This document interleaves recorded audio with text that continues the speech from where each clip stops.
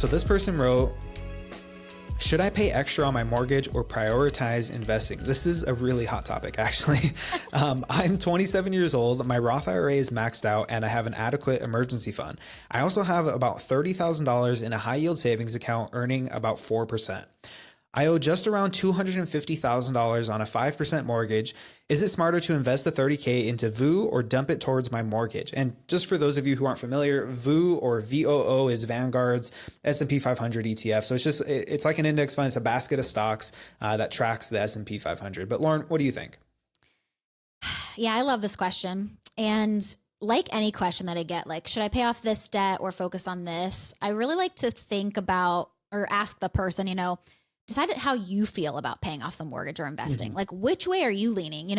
I typically like to start there and ask that question first, because I think that really gives a lot of the motivation of which way you're leaning. If you're super amped about paying off this mortgage, then maybe that's what you do. You know what I mean? If you don't care about your mortgage and you're just kind of like, it's a monthly payment I have, then, maybe you invest this. Whatever you do, I'm probably not just going to dump $30K into VOO, right? I'm probably going to dollar cost average that a little bit into the stock market rather than putting it in all at once. So we talked about this, in a previous question, but dollar cost averaging is really just investing, regularly each month, regardless of what the market is doing or what the share price is. So you're catching the ups and downs, aka the average. You know what I mean? So personally, a 5% mortgage isn't terrible. I think everybody, since the mortgage rates have dropped, since 2020, I think everybody is now thinking like 5% mortgage is just terrible. But I think that's like the average if you look over like the last 10 years. So, I don't think it's something they necessarily have to pay off right away. But maybe they could work on, both of them if they want. Like they could put a little bit into, pay off a little bit more of their mortgage if they want, maybe a few $100s more or an extra payment, once a year even.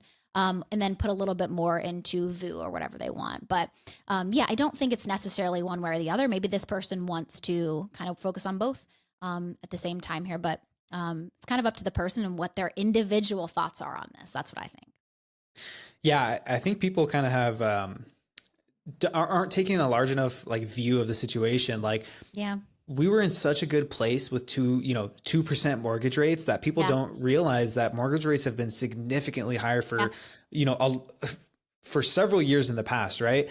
Being at 5% does suck. And your mortgage payment is significantly more than it would be if it was at 2% or if you're at 6 or 7%. But it's not that far off from being roughly right in the middle of the height of where things were, 20, 30 years ago. There was periods where mortgage rates were over 10%, right? And that was terrible. And so when it dropped down to 8%, people were like, oh, this is so much cheaper, right? Now, granted, home prices have gone up dramatically, but just things to keep in mind, perspective is all I like to say. But with regard to this question, I've gone back and forth on this over the years, and really it's because you can kind of take two approaches. You can look at a purely mathematical approach, or you can look at a assessing risk approach, right? And I think when you look purely mathematically, you leave out a factor of risk, because there's not you can't assign a value to risk and add it into your equation, right? Yeah. Risk is determined by each individual person. What do they think is risky? But if we're going to look at this purely mathematically, right? You're earning 4% in that high yield savings account. Your mortgage is at 5%, so you're losing 1% there. But then you could also earn anywhere from 8 to 10% in the market. So purely mathematically, it does make more sense to put that money into the market. You kind of make that spread or that difference between the 5% under your mortgage and the potentially 8 to 10% that you're earning in the market. Like I said, you're really not factoring in risk and what that does for you. And what I think a lot of people don't consider is they look at their situation exactly how it is today, and they assume that that's how it's always going to be in the future. And what happens if you lose your job? If you had paid off your mortgage, that's going to be a whole lot better of a situation than if you still have your mortgage payment and no income, right? But on the same token, you could put all this money in the market, and that can make a huge difference 10, 20, 30 years down the road. I feel where I'm at today, though, I'd like you said, I'd probably kind of just split the difference. Maybe I would take 10 grand of this, put it into the mortgage, like figure out what's an amount that would actually knock a few years off of the life of my loan. And then I'd probably just dollar cost average the rest of it into the market.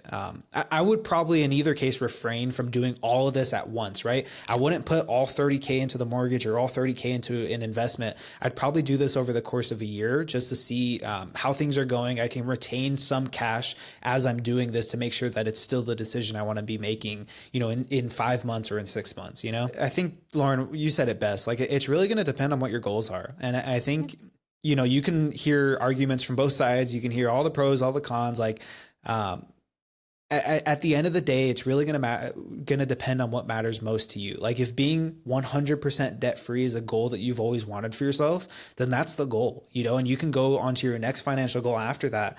And for some people, like, having a mortgage isn't as concerning as not having more money into the market. So I think you got to assess where you're at and kind of just take it from there.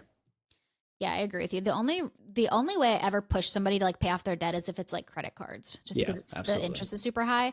But I'm not super concerned about this mortgage at 5%. So I'm pretty open about what this person wants to do, or whoever, like I said before, anybody who asks the question about debt versus paying something else, I'm like, what do you want to do? You know what I mean? Yeah. Like, you have to make that decision for yourself.